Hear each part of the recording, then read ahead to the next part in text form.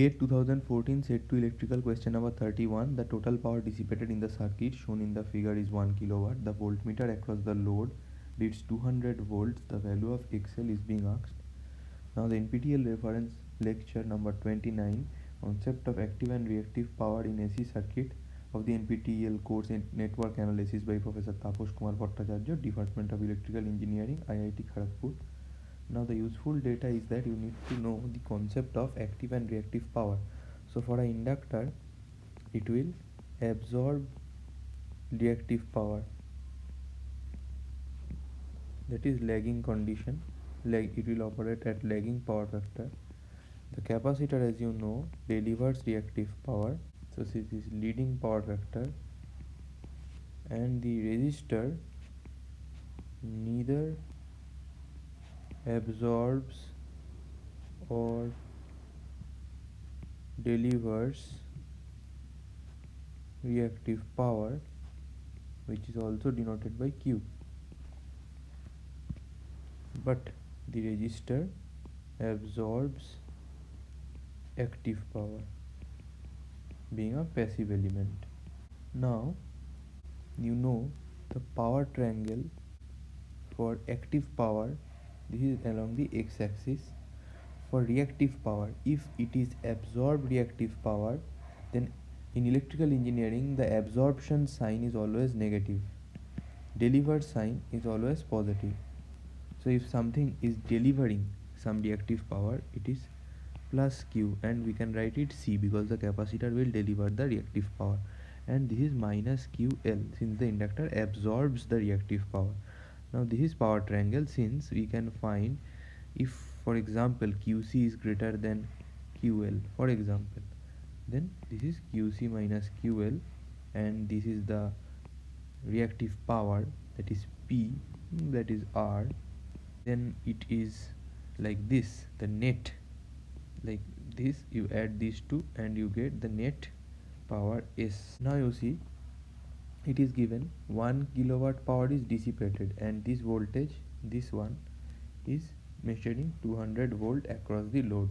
Now since 1 kilowatt power is dissipated, as you see, only active power will be dissipated, that is will be absorbed by these two resistances, because they only can absorb active power. Other two elements, capacitors and inductors, don't absorb reactive power, don't absorb active power. So now you see I square R is the power dissipated. Sigma of I square R will give you net power absorbed. So now this I, that is 2 ampere, is flowing through 1 ohm resistor. So I square, that is 2 square into 1 plus this I. So this is 10 and this is 2, so this is 8. Again 8 and 2 will merge here and become 10.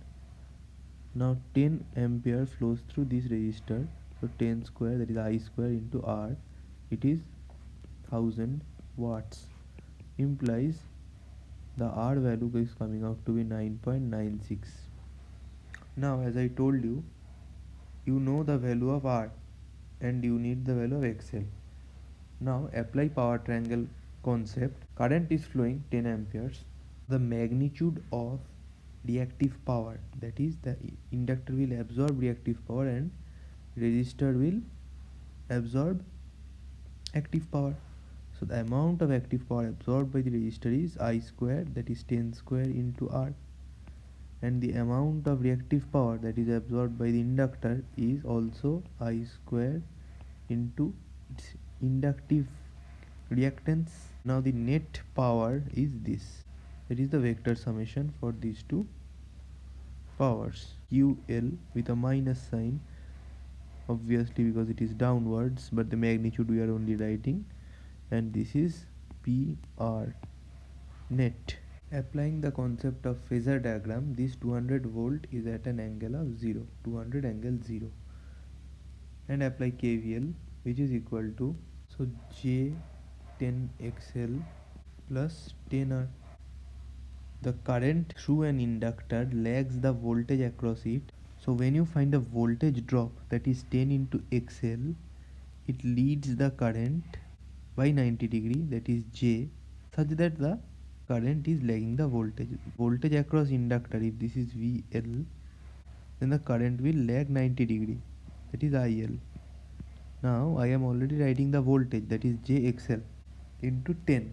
So the current, that is 10 ampere, should lag behind it. So J multiplying by J means that you are leading it, that is from IL, that is 10 ampere, you are leading the voltage drop in an anti-clockwise direction by 90 degrees. So always multiplication by J means anti-clockwise rotation or lead phase by 90 degree, such that the current through the inductor lags by 90 degree from its voltage across it.